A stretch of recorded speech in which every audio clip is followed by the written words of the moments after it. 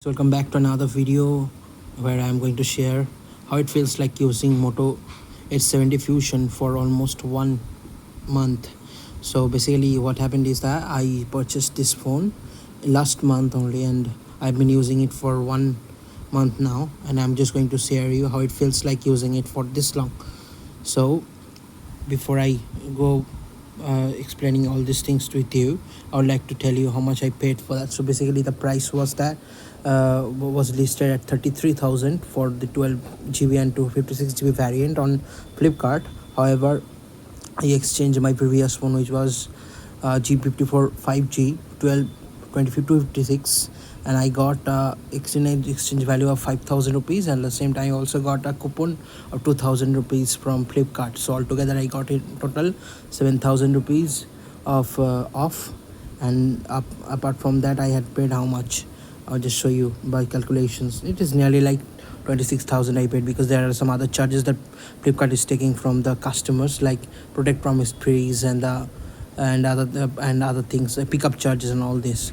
So altogether I paid 25,990 rupees for purchasing this phone, and since then I've been using it, and I'm just going to share you how it feels like using it for more than 1 month now. So before I go, I would like to show you my settings where you would be able to see the battery. So the best highlight about this phone is that it has a very good battery backup, and it is claimed by the company that it can last up to 52 hours. But I've been using it for 1 month now, and I know how long it is going to stay. So here, if you see, if you navigate to the settings and go to battery, from settings you'll be able to see that it is now 91%, and it is showing a total usage time of 1 day and 23 hours. So almost like how long, 47 hours it is claiming. And I charged it full for 200% last night at about 11:45 p.m. So I last charged it to 100%, and since then I kept on using for almost 1 hour then, and then I switched off, and this morning I have turned it on. So whenever there is a gap, that means if there is no battery consumption at all, it will always see the big gap on the battery usage. And roughly you can expect that after heavy usages, like if I turn on the internet and keep on accessing the internet, it can last from 100% to it would be 0% with a drop, and it is going to last almost like 10 hours. That happens, yes, if you are constantly using the internet. And if you are keeping it on standby, keeping the internet on, usually what we Indians do for the notifications and so on. So it is going to last how long? Almost like 25 hours. That's guaranteed, because the battery is a very big highlight. And then the second thing about this phone is the camera. So as you know, there are multiple features available with this phone, especially when you are taking the slow mo fix. So you'd be able to record a full HD with frame rate up to 40, and also full HD 120. And if we talk about the video resolution, so if you are taking full HD, and it can record with the 60 fps frame rate, but whenever you are switching it to for 4K, it automatically transfers with 30, because this camera does not support video recording of 60 fps on 4K. Rather on full HD, that means 1080p, you can record videos with 30 fps as well as 60 fps. And for the photos, I would say there are multiple features available on this phone. As you know, there are 3 cameras. So as you see, this is the main camera lens, and it has the optical image stabilization.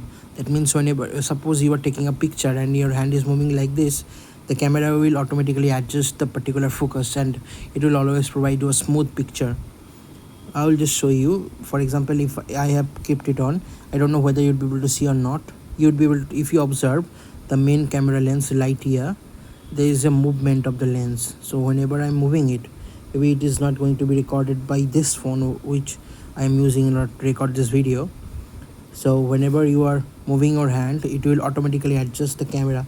The camera moves by itself, so it is OIS, and is a very good feature. And secondary, there is a single LED flash, but the flash is really powerful. So whenever you are using it as a torch or something, so it is just going to light it up, and it is powerful, really powerful. And there is a secondary macro camera. This one is probably the macro camera. No, this one is the macro camera of 8 megapixel. And this one, I don't know what is the usage of this, but because I have never found any usage of it, so I'm not pretty sure about it. So there are 3 cameras and 1 lens, like 4-eyed setup in the phone, so very good info. And whenever you talk about the camera resolutions, so basically, in this phone I could not find any particular places to find out the particular resolution on which you are taking a picture. Let me just tell you why I say it.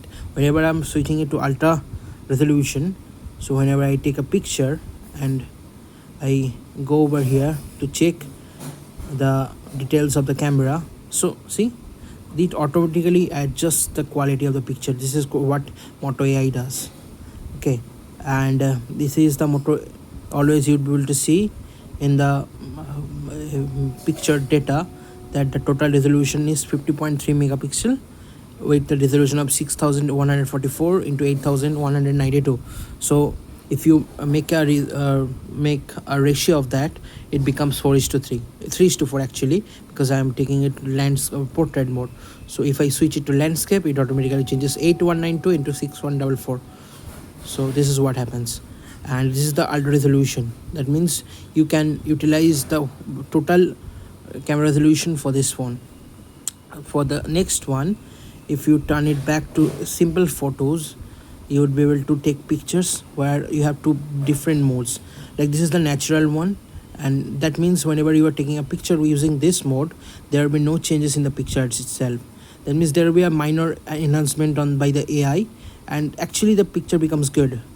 And if you see, the total resolution would be 12.6 and the resolution would be 3072 into 4096. So this is the main camera lens that is provided by the company.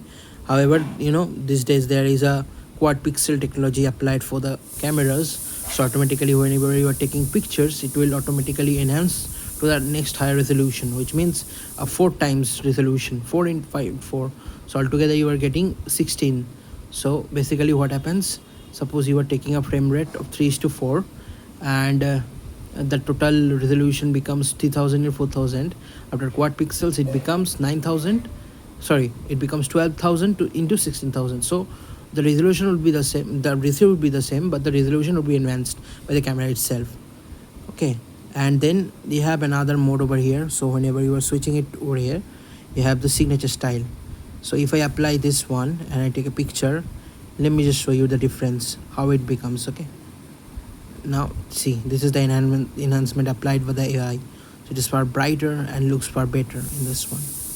So this is how it works. And I have intentionally kept off the watermark, because you have the watermarks for Moto devices as well, but I don't like it, which is why I always keep it off. And this is the front camera resolution. The thing is that I found that Motorola must have provided this feature for the rear cameras. You can only change the resolution for the front camera, this one only, but for the rear you cannot make any changes. But I have turned off the watermark, so whenever you are turning it off, you'll be able to see the watermark is coming there. So this is all about the camera, and I have already covered the battery and the sound. So I won't say that sound is very loud or anything like this, but it is audible and it is good in here. So if I play one audio,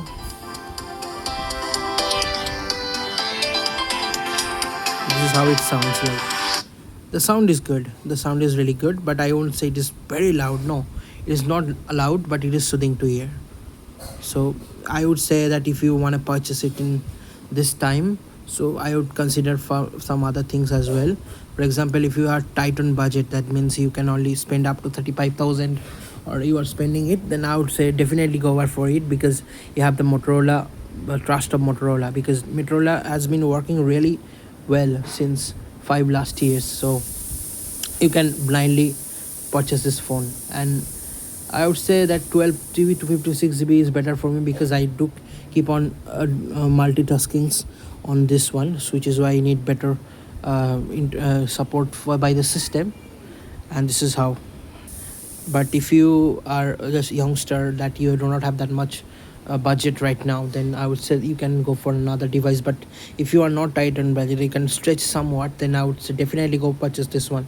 But at the same time, if you have a better opportunity like spending more money, like 50,000 or 40,000, if you can spend 40,000, then obviously go for other options. But at the same time, you also have to make some stretches on that as well, because whenever you are considering that particular segment from 40,000 to 45,000, the best phone that starts would be having a rate of how much, 44,000. This is the um, Redmi Note 6 Pro probably, or 6 Pro plus 5G. Yes, this one. So that would certainly be a very good option for you to purchase this one if you want to do it for now. And this will be all about using Motorola Edge 70 Fusion for 1 month now. So good luck if you want to purchase it.